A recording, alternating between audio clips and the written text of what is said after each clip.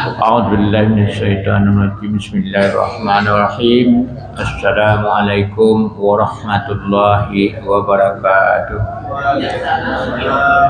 Segala puji syukur kepada Allah SWT yang mana pada pagi hari ini alhamdulillah memberikan kita kesehatan, kesempatan serta nikmat iman dan Islam sehingga kita sudah melaksanakan sholat subuh berjamaah. Kemudian tak lupa kita kirim salawat dan salam kita ke Nabi besar kita Muhammad sallallahu alaihi wasallam dengan ucapan Allahumma shalli ala sayyidina Muhammad wa ala ali sayyidina Muhammad. Bapak-bapak dan ibu-ibu yang mati Allah Subhanahu wa taala, sebagaimana yang ditetapkan oleh pengurus kita bahwa pagi hari ini insyaallah kita akan mengingatkan unit pengajian atau tausiah subuh yang akan disampaikan oleh Ustaz Nur Zuleffendi. Dan terima kasih beliau sudah berada bersama-sama kita. Mari kita akan terima kasih untuk singkat waktu. Mari kita sebelum mulai unit ini kita bacakan Bismillah. Bismillahirrahmanirrahim. Kira Pak Ustaz kami persilakan dengan sekali. Assalamualaikum warahmatullahi wabarakatuh. Innal hamdalillah nahmaduhu wa nasta'inuhu wa nastaghfiruh wa na'udzu billahi min shururi anfusina wa min sayyiati a'malina. Man yahdihillahu fala mudilla lahu wa man yudlilhu fala hadiya lahu. Asyhadu an la ilaha illallah wahdahu la syarika lah wa asyhadu anna Muhammadan abduhu wa rasuluh la nabiyya ba'da. Allahumma salli wa sallim wa barik ala nabiyyina Muhammad wa ala alihi wa sahbihi ajma'in. Rabbi shrah li sadri wa yassir li amri wahlul 'uqdatam min lisani yafqahu qawli. Faqala Allah ta'ala fil Qur'anil Karim, a'udzu billahi minasy syaithanir rajim. Ya ayyuhalladzina amanu taqullaha wal tanzur nafsum ma qaddamat lighad wattaqullaha innallaha khabirum bima ta'malun. Bapak, ibu-ibu, pemuka masyarakat, alim ulama, cerdik pandai, jamaah subuh Masjid Al-Muttaqin yang dirahmati Allah Subhanahu wa taala, dan para shaimin dan shaimat.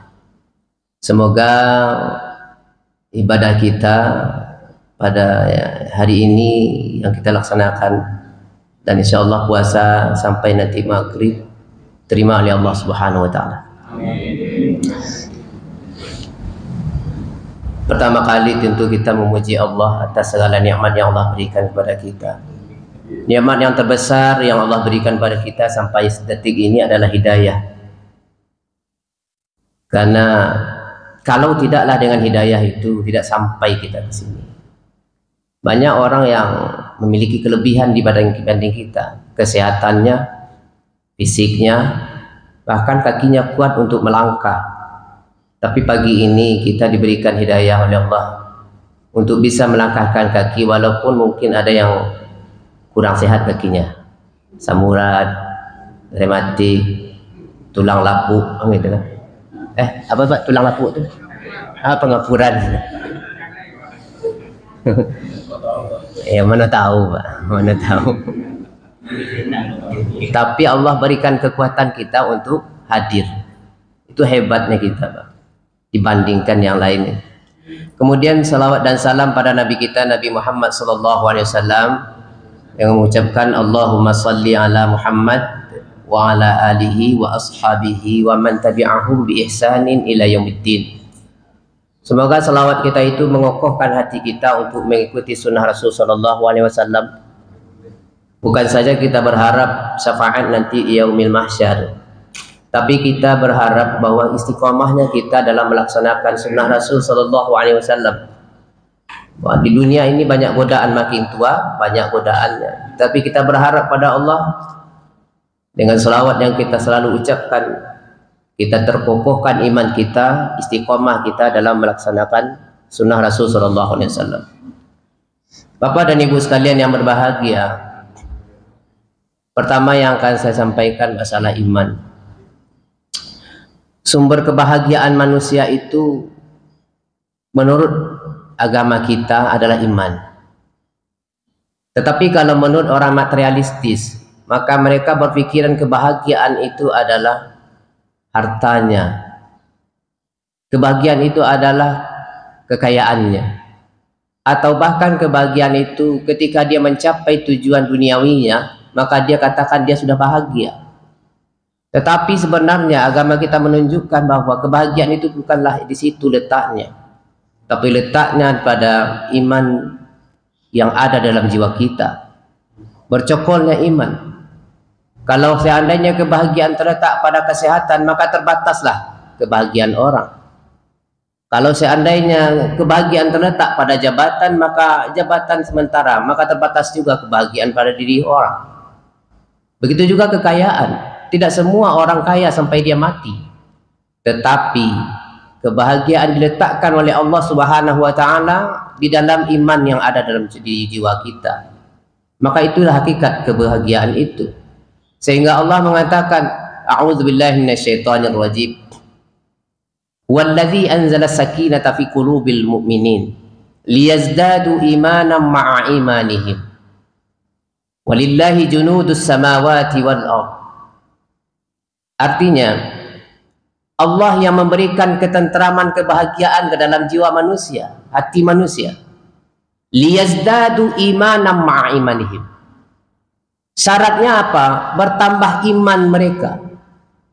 Dengan bahagia bisa bertambah iman, dengan iman bahagia muncul. Maka iman itu, kata Nabi SAW, al-imanu yazidu wa yanqus. Iman itu ada masa naiknya, ada masa turunnya. Maka tugas bagi kita adalah menstabilkannya. Kalau kita tidak bisa meningkatkan iman, jangan sampai turun.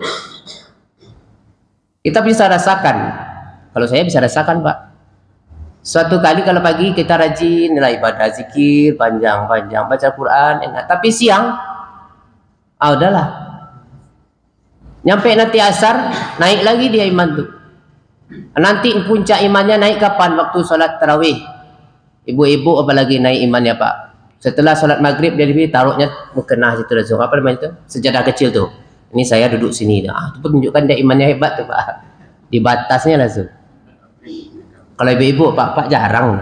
Pokoknya tinggal kita tinggal Allah. Dipatoknya langsung, Pak. Itu pertanda imannya naik tuh, Pak.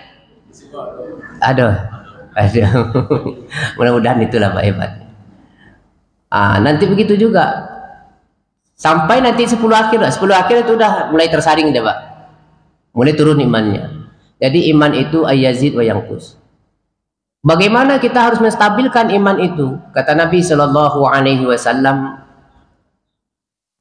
ketika bertanya kepada sahabat, memberikan fatwa kepada sahabat, nasihat. Sahabat itu orang yang kualitas imannya berbeda dengan kita, Pak. Sahabat itu disuruh perang saja, dia tidak ada tolak menolak. Kita disuruh kontoroyong Ramadan banyak berpikir, Pak.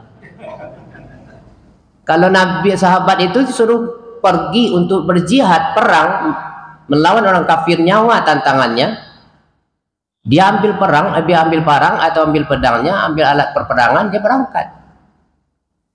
Tetapi kita belum seperti itu. Apa yang katakan Nabi kepada mereka, para sahabat yang kualitas imannya super itu?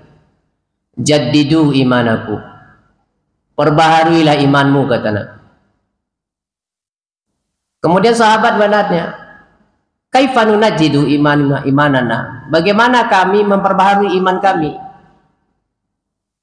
Kata Nabi sallallahu alaihi wasallam, aksiru biqauli la ilaha illallah. Perbanyaklah mengucapkan la ilaha illallah. Maka ulama hadis mentafsirkan hadis ini bahwa bukan sekedar mengucapkan la ilaha illallah, tapi mengamalkan la ilaha illallah dalam kehidupan sehari-hari. Bagaimana kita yakin dengan la ilaha illallah, tidak Tuhan selain Allah? Ketika berhadapan dengan masalah, la ilaha illallah tidak muncul. Munculnya ke tempat yang lain. Ketika kita mengharapkan sesuatu tidak diterima doa kita atau tertunda terima doa kita, kita kecewa. Dan kita berharap doa kita itu cepat diterima. Tapi Allah uji iman kita itu, belum dikabulkan apa yang kita minta. Saat itu kita putus asa. Maka stabilkan iman itu dengan la ilaha illallah. Perbanyak baca la ilaha illallah dan mengamalkan kalimah la ilaha illallah. Salah satu ya penyebab orang matinya dalam husnul khatimah itu kan orang bina, Pak. Allahumma khtim ajalana wa a'malana bi husnil khatimah. Ya Allah, akhirkanlah amal kami, ajal kami dengan kebaikan atau husnul khatimah. Wala takhtim ajalana wa a'malana bi su'il khatimah. Jangan akhirkan doa kami, amal kami dengan ibadah kami, ajal kami dengan su'ul khatimah. Tapi apa husnul khatimah, cara mencapainya?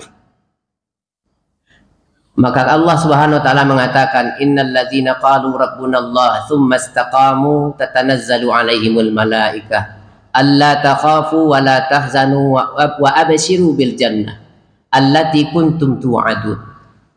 Itu syaratnya untuk mati husnul khatimah, Pak. Apa syaratnya?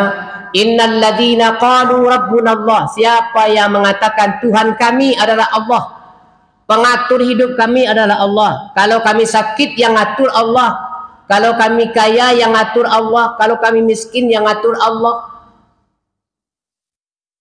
Ada orang itu yang dikadarkan rezekinya, ada yang dilapangkan rezekinya. Itu Allah yang ngatur semua. Dan itu Allah tentukan sesuai dengan kebutuhan masing-masing. Kalau ada orang yang kaya tidak menyalurkan kekayaannya sesuai dengan apa yang Allah inginkan, tidak lama kekayaannya. Kalaupun ada kekayaan itu bercokol tapi tidak tentram dengan kekayaannya. Kalau ada jabatan yang dia miliki tidak sesuai dengan aturan yang Allah berikan, maka siap-siap jabatan itu akan membawa kepada kemelaratan bagi dia, kesengsaraan. Maka Rabbunallah, pengatur hidup kami, apa yang kami miliki sampai detik ini di bawah aturannya Allah Subhanahu wa taala, di bawah pengaturan Allah. Maka summa istaqamu. Summa itu kalimatnya kan kemudian itu panjang waktunya, Pak. Summa itu proses hidup itu. Dari dia lahir diatur hidupnya, rezekinya, jodohnya, matinya kapan diatur oleh Allah. Dalam proses hidup itu apakah dia istiqomah dengan Allah tadi, dengan kalimah la ilaha illallah tadi, apakah dia istiqomah atau tidak? Maka kalau mereka dalam proses hidupnya istiqomah dengan itu, taat, tetap stabil imannya, kemudian datang malaikat ketika dia meninggal ditabut ruhnya. Ini di dalam tafsir Ibnu Katsir katakan, ketika dia sakaratul maut, datang malaikat kepada mereka. Bukan sekadar malaikat maut yang datang, tapi malaikat rahmat pun datang. Dalam pemahaman lain, malaikat rahmat itu membawa kafan yang membungkus ruhnya menuju kepada alam ruh nantinya. Penuh itu, Pak. Malaikat itu datang. Sama dengan subuh ini. Kenapa nyaman kita sholat subuh? Karena subuh disaksikan oleh para malaikat. Boleh kita rasakan tuh, Pak. Bapak pergi dari rumah, berangkat dari rumah menuju masjid di waktu maghrib atau sholat maghrib, dengan berangkat dari rumah untuk menuju ke masjid juga, tapi sholat subuh. Beda rasanya, Pak. Karena malaikat menyaksikan sholat subuh. Dan itu yang dikatakan oleh Allah pada kita. Maka istiqomahlah. Allah takhafu, kata mereka ketika sakaratul maut, orang ini istiqomah dalam agamanya, keyakinannya, imannya, maka dikatakan oleh malaikat, Allah takhafu, jangan kamu takut dan jangan cemas. Apa yang akan kamu hadapi nanti di padang mahsyar? Setiap orang akan menghadapi, dia melalui kematian, sakaratul maut, kemudian masuk ke dalam kubur, akan diperiksa, diproses dalam kubur. Apa yang diproses? Keyakinannya. Kan keyakinan yang ditanya, Pak. Kan dah bocor soalnya sekarang. Iya kan, Pak? Marah buka kan gitu. Kan bocor soalnya, Pak. Ujian nasional aja tidak boleh dibocorkan, Pak. Ini ujian dari Allah dibocorkan oleh ustaz-ustaz, Pak. Ujian nasional kalau dibocorkan penjara hukumannya. Ini ujian Allah di dalam kubur dibocorkan tuh. Karena pidana juga ustaz-ustaz coba. Apa marah buka, ma kita buka, ma imam buka, ma kiblat buka, kan gitu Pak. Dibocorkan soalnya, dan itu diproses apa? Keyakinan. Tak mampu kita menjawab, baru kita dipukul di situ. Ketika dipukul, jatuh ke dalam, dia tarik lagi ke atas, dipukul lagi. Allah takhafu, kata malaikat. Jangan cemas kamu menghadapi itu. Wala tahzanu, dan jangan kamu merasa sedih meninggalkan keturunan di luar, yang ditinggalkan, anak cucu yang ditinggalkan. Dah ada jaminannya. Mau mati pikirkan juga anak lagi. Ya Allah, bagaimana anak ambo kok sakit-sakit awak. Anaknya nanti kena anak ambo coba tinggal ketik-ketik. Istri ambo bak manjandonyo. Itu yang dipikirkan Pak. Pokoknya bin laki siap tu atau tidak ya Pak. Ampara beko baru 2 hari 3 harinya alun mah selesai kuburan di Batal, lainnya lah laki cik lagi. Jamuannya cerita hidup saya hidup semati namanya. Cik duit cik mati. Itu yang dipikirkan. Kata malaikat, wala tahzanu, jangan kamu cemas. Ada jaminan. Kalau malaikat yang bilang jaminan, berarti pesan dari Allah kepada kita. Apakah kita ragu dengan pesan Allah? Wa absyiru bil jannah. Tidak cukup dengan 2 hal itu. Wa absyiru bil jannah, kamu diberi berita oleh Allah, kamu sudah ada tempatnya di dalam surga. Lah do kapelingan. Allati kuntum tu'adun, yang kamu disediakan tempat itu untukmu sendiri. Apalagi Pak jaminan Allah pada kita? Syaratnya satu, istiqomah. Tidak sembahyang kami saja istiqomah, Pak. Istiqomah. Istiqomah itu asal katanya qama yaqumu. Berdiri kokoh. Kalau sholat itu kan dinamanya kan aqimus sholah kan. Tidak ada kerjakan fa'alu dah. Tapi aqimus sholah, artinya aqimus sholah itulah berdiri dengan kaki yang kokoh. Itu qama itu. Istiqomah itu diibaratkan seperti itu. Diibaratkan kita bagaimana kokoh keimanan itu, keyakinan itu, amal kita nanti sampai kita ajal dijemput oleh Allah. Maka kalau bisa konsisten begitu, insya Allah husnul khatimah. Itu sih syaratnya itu Pak. Tidak ada banyak-banyak. Nah mudah-mudahan kita berharap bulan Ramadan ini menjadikan kita istiqomah nantinya. Karena Allah melatih kita supaya menjadi istiqomah Pak. Coba bayangkan, apa ibadah orang yang lalai di waktu sebelum Ramadan, di bulan Ramadan rajin ya Pak. Ke masjid biasanya kalau sebelum Ramadan tidak ada bawa uang untuk sedekah, dia bawa sekarang.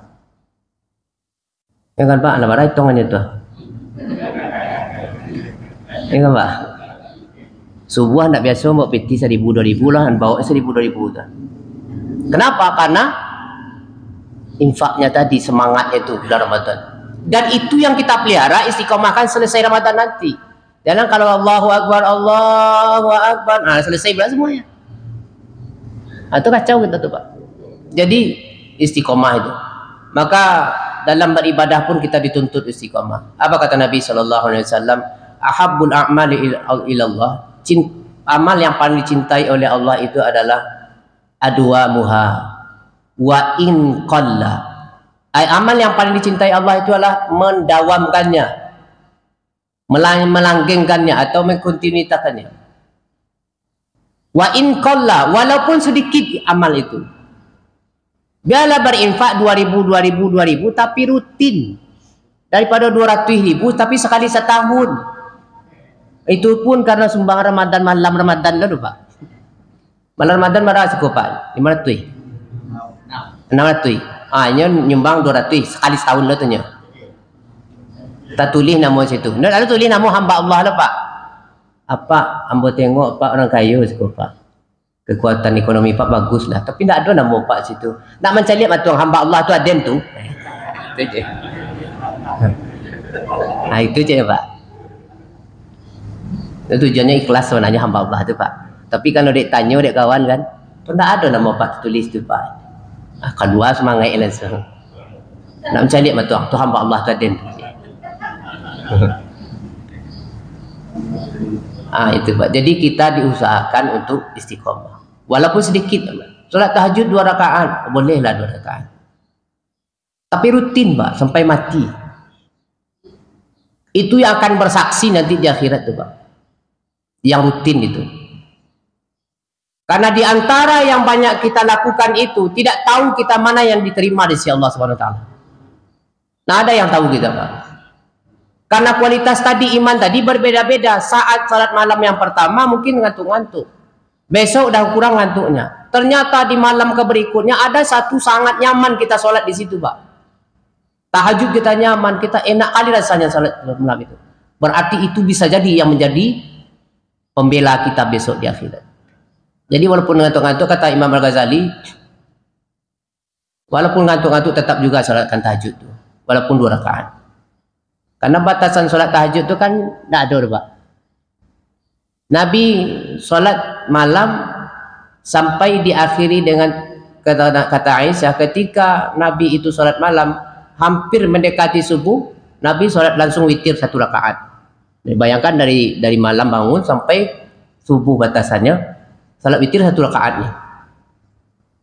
Berarti Nabi tidak ada jumlahan berapa banyak jumlah salat itu. Satu kali Nabi salat di bulan Ramadan dan di luar Ramadan 11 rakaat, 4 4 4 3. 4 4 4 4 3. Tapi jangan ditanya panjang dan baiknya bacaan Nabi itu. Itu kata Aisyah radhiyallahu anha. Jadi bisa saja 11 paling bawah ukurannya dan bisa paling banyak sesuai dengan kemampuan kita. Hanya taruhlah kita di bawah 11 sanggupnya 2 rakaat, udahlah, jadi jualah. Tapi rutin lu, rutin. Nanti suatu saat ketika kita beribadah ada ujian yang diberikan oleh Allah untuk tidak rutin ya. Dan disitulah kita berperang iman. Bapak dan Ibu sekalian yang berbahagia, itu masalah iman tadi. Dan iman ini yang menstabilkan kondisi kita. Karena Allah Subhanahu wa taala mengatakan dalam surat Ma'arij, A'udzubillahi minasyaitonirrajim. Innal insana khuliqa halu'a. Idza massahu syarru jazu'a wa idza massahu khairu manu'a. Sesungguhnya manusia itu bersifat keluh kesah. Ketika dia diberikan keburukan, dia mengeluh pada Allah Subhanahu wa taala. Dan dia ketika diberikan kenikmatan, dia menjadi pelit pada Allah Subhanahu wa taala dan para manusia. Sifat manusia begitu. Halu'a, keluh kesah saja hidupnya. Panen hari minta hujan. Hujan hari minta panen. Hujan 2 hari banjir pula. Itu, keluh kesah saja hidup manusia itu, Pak. Itu memang naturalnya begitu, tabiatnya begitu. Tapi Allah berikan resepnya kepada kita. Illal musallin, kecuali orang-orang yang salat mereka itu alladzina hum ala salatihim daimun, orang yang dalam salatnya mereka itu daim, berkekalan, berkelanjutan. Ada paling tidak ada tiga makna dalam daim ini. Satu, salatnya mereka memiliki kualitas khusyuk, kekhusyuan. Siapa itu orang yang khusyuk? Dalam surat Al-Baqarah dikatakan bahwa alladzina yazunnuna annahum mulaqu rabbihim wa annahum ilaihi raji'un. Itu orang yang khusyuk. Orang yang merasakan dirinya memiliki keyakinan dalam dirinya bahwa dia akan bertemu dengan Allah Subhanahu wa taala. Kebahagiaan tertinggi bagi kita yang beriman itu adalah bertemu dengan Allah di hari akhirat, Pak. Jangankan dengan Allah lagi. Kalau seandainya Pak Prabowo ke sini, Pak Prabowo, itulah Pak Prabowo ke sini, presiden lah kan, Pak Presiden ke sini, pasti berduyun-duyun orang ke sini, Pak. Karena ingin bertemu presiden, Pak. Bahagia senang nih, mau dapat salam nih, Pak. Salam tuh ayun-ayunan, Pak. Gitu bertemu presiden tuh, Pak. Senang hatinya, foto cek lo, selfie cek lo, atau buat status. gadang hatinya atau bahagia pada hati. Tapi ketika bertemu dengan Allah, adakah manusia itu merasa bahagia nanti di akhirat? Tergantung dari kualitas imannya. Maka orang yang beriman itu puncak kebahagiaannya di akhirat adalah bertemu dengan Allah. Man kana yarju liqa'a rabbih, siapa yang berharap ingin bertemu dengan Allahnya nanti, Tuhannya nanti di akhirat, falyamal amalan salihan wa la yusyrik bi ibadati rabbih ahada. Maka hendaklah beramal saleh dia di dunia dan tidak mempersekutukan Allah dengan amal salehnya itu. Dalam beramal tidak mensekutukan Allah. Surah apa tu Pak? Faman kana yarju liqa'a rabbih falyamal amalan salihan wa la yusyrik bi ibadati rabbih ahada. Itu di awalnya qul innama ana basyarum mithlukum. Surah Al-Kahfi di ayat terakhir juga. Ditutup oleh Allah surah Al-Kahfi itu dengan mengatakan bahwa siapa yang berharap bertemu dengan Tuhannya, maka dia hendaklah beramal saleh dan tidak mensekutukan Allah dalam amalnya itu. Berarti khusyuk, ridha Allah yang dicari, enggak ada yang lain. Dan itu puncak kebahagiaan nanti di akhirat. Dan orang-orang yang bisa melenyapkan rasa keluh kesahnya itu hanya orang yang solat, yang khusyuk dalam solatnya.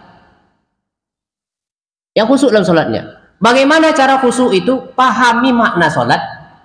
Bukan sekedar artinya, tapi maknanya, Pak.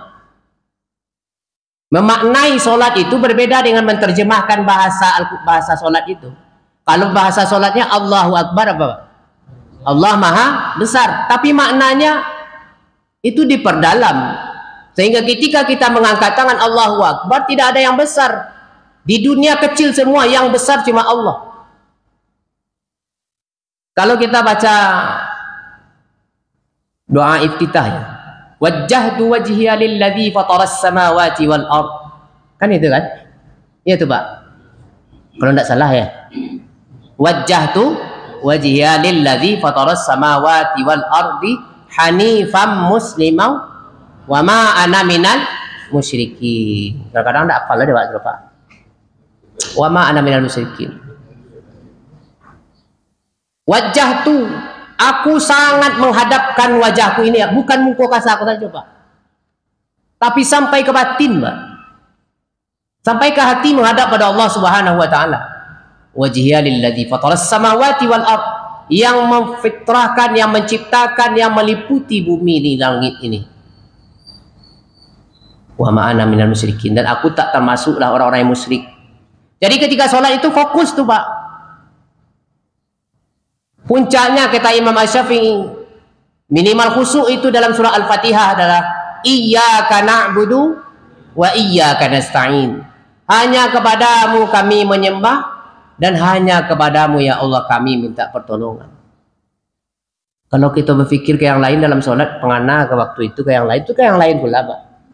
Awak saya kalau lah Pak mengecek, atau dalam mengecek dan mengecek lah Pak, salam aja lah Pak, tapi nyo salam menjawab tapi sambil melengah ke orang, agak kira Pak itu Pak, tersinggung. Atau awak ngecek nama cik-cik apa yo, ya namanya banyak Pak. Kapan tuan nak dia ragu siapa tu Pak? Siapa nanyo? Itu Pak.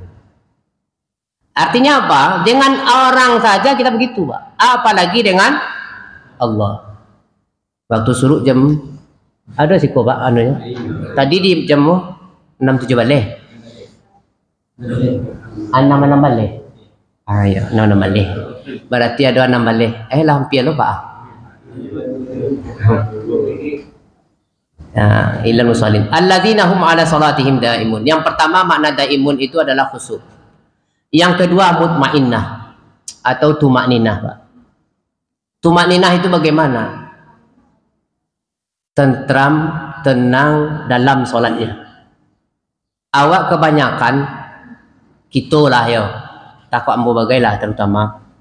Kebanyakan lebih capek mana solat kita sunnah daripada solat yang wajib. Solat sunnah Pak, bukan karena ayat pendek, tapi karena capek membacanya Pak. Kita tidak membaca dengan sempurna ketika solat dan membaca lebih banyak dalam hati. Membaca dalam hati ko sada orang pandai pak. Ko sedihnya. Lamin saja pak. Awak ada selesainya lamin pak. Tapi cubalah gerakkan bibir. Pastilah mau pak. Itulah kode salah satu pak. Tapi kalau selain berjamaah, lah ya gak lama sekali pak. Itu pun kalau lama sakit hatinya belakang pak. Panjang mana ayat ni baca. Tak tahu Ustaz kau mentang-mentang panjang apa ni panjang-panjang ni baca. Ya sekali jadi imam sih kau lah panjang lah ayat ni baca ni. Aku belakang. Tapi kalau sendiri ayat langganan taruhlah qul huwallahu ahad pak. Qul huwallahu ahad itu kalau fasahah membacanya dengan makhraj yang benar, lama tu pak.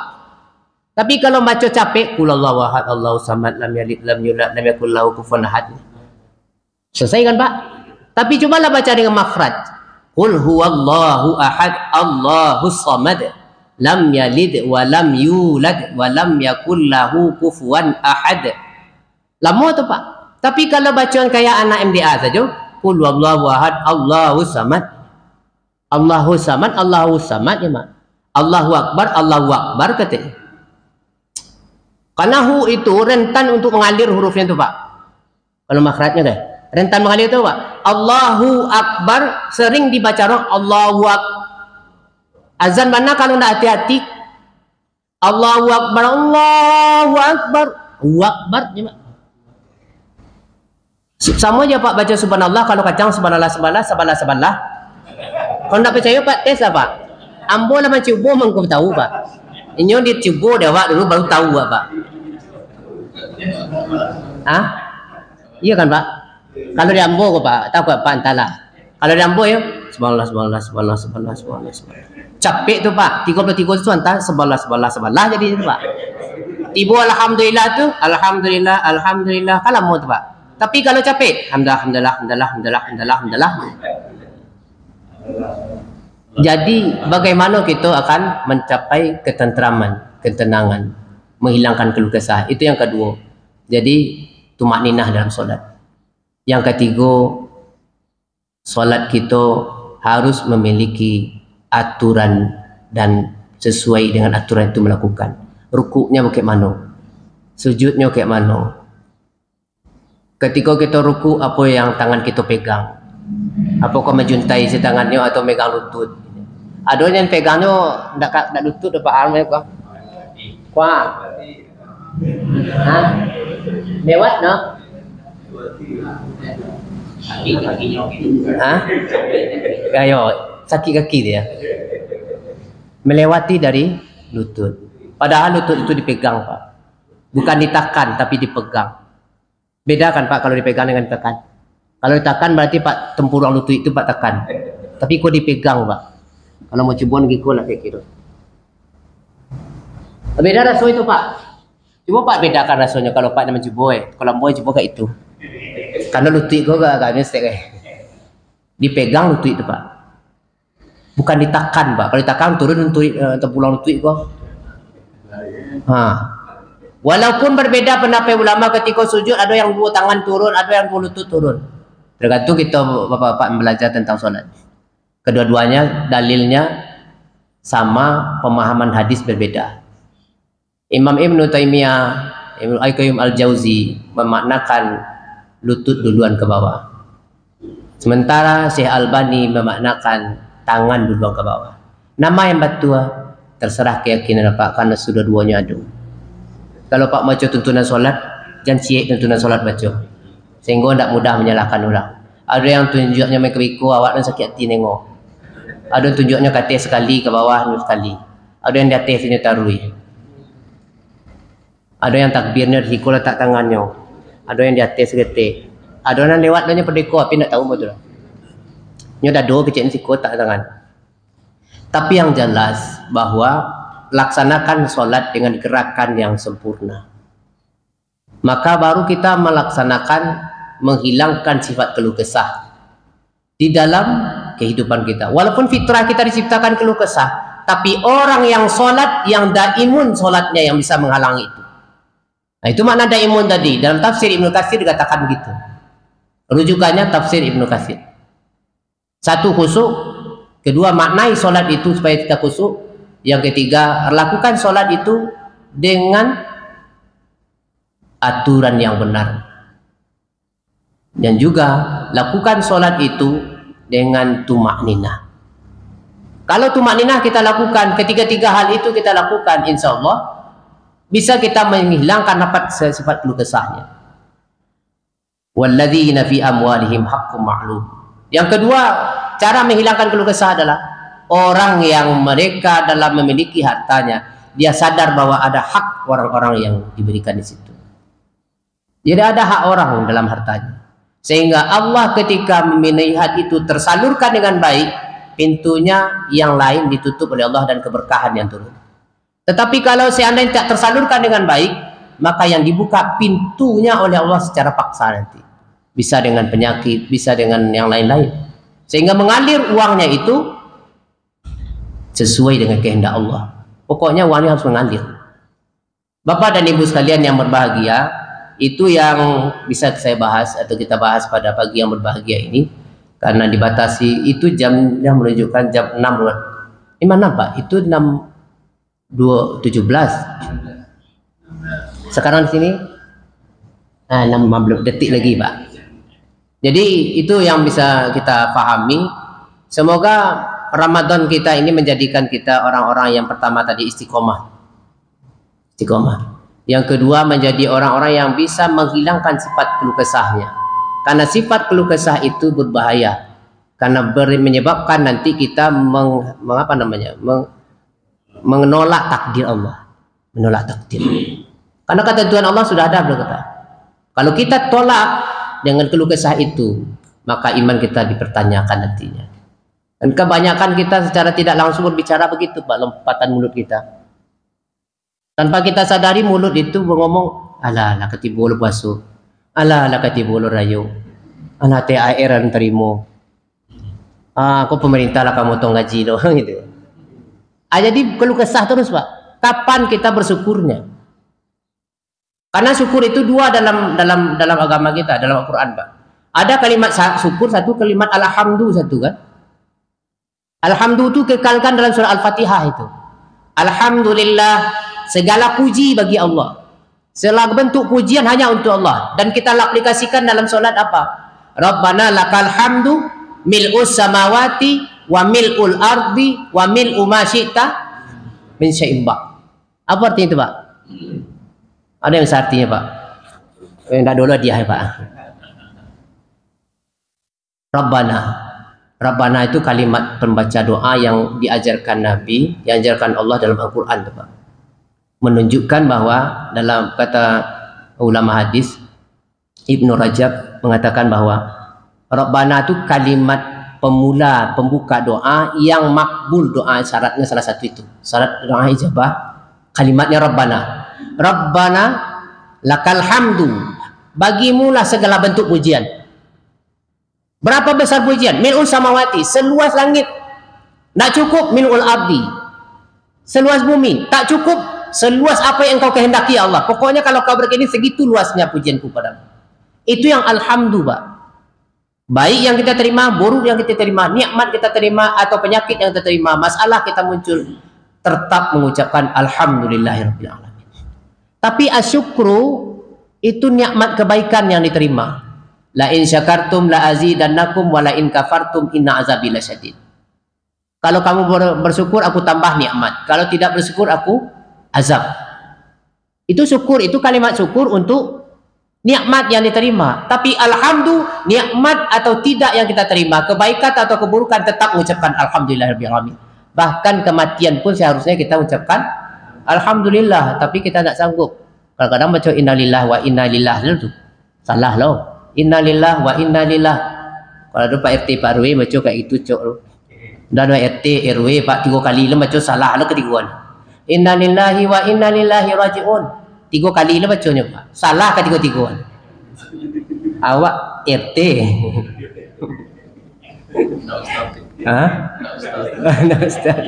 Ustaz lah kan. Kacau Pak. Mudah-mudahan kita selamat dari situ ya Pak ya. Mohon maaf atas segala kekurangan. Kalau ada kata-kata yang kurang pada tempatnya, kalau yang baik mudah-mudahan bisa diamalkan dan datang dari Allah Subhanahu wa taala. Kalau ada khilaf dan khilafat datang dari saya sebagai manusia yang tidak luput dari kesalahan. Billahi taufik wal hidayah. Wassalamualaikum warahmatullahi wabarakatuh. Kita ucap kepada Ustaz Effendi yang telah memberikan tausiahnya pada pagi hari ini. Mudah-mudahan tausiah yang diberikan kepada kita semua menjadi pedoman, jadi panutan, menjadi supaya kita dalam beribadah kepada Allah Subhanahu wa taala kita tentu istiqomah, katanya terus-menerus ya gitu, dengan kokoh gitu, bilang Pak Ustadz gitu. Jadi mudah-mudahan ini menjadi pelajaran bagi kita, apalagi yang sudah tua-tua kita ini, supaya kita lebih istiqomah untuk beribadah kepada Allah Subhanahu wa taala. Mudah-mudahan nanti kita selanjutnya bulan puasa ini kita sudah mulai istiqomah. Biasa nggak ada zuhur atau asar ke masjid, kita sudah ke asar. Kemudian mudah-mudahan setelah puasa ini kita tetap melakukan istiqamah, insya Allah Allah selalu bukakan hati kita. Saya membawakan protokol ini, kalau ada salah dan janggalnya saya mohon maaf. Hanya itu yang bisa saya sampaikan, lebih kurang mohon maaf. Wabillahi taufiq hidayah. Assalamualaikum warahmatullahi wabarakatuh.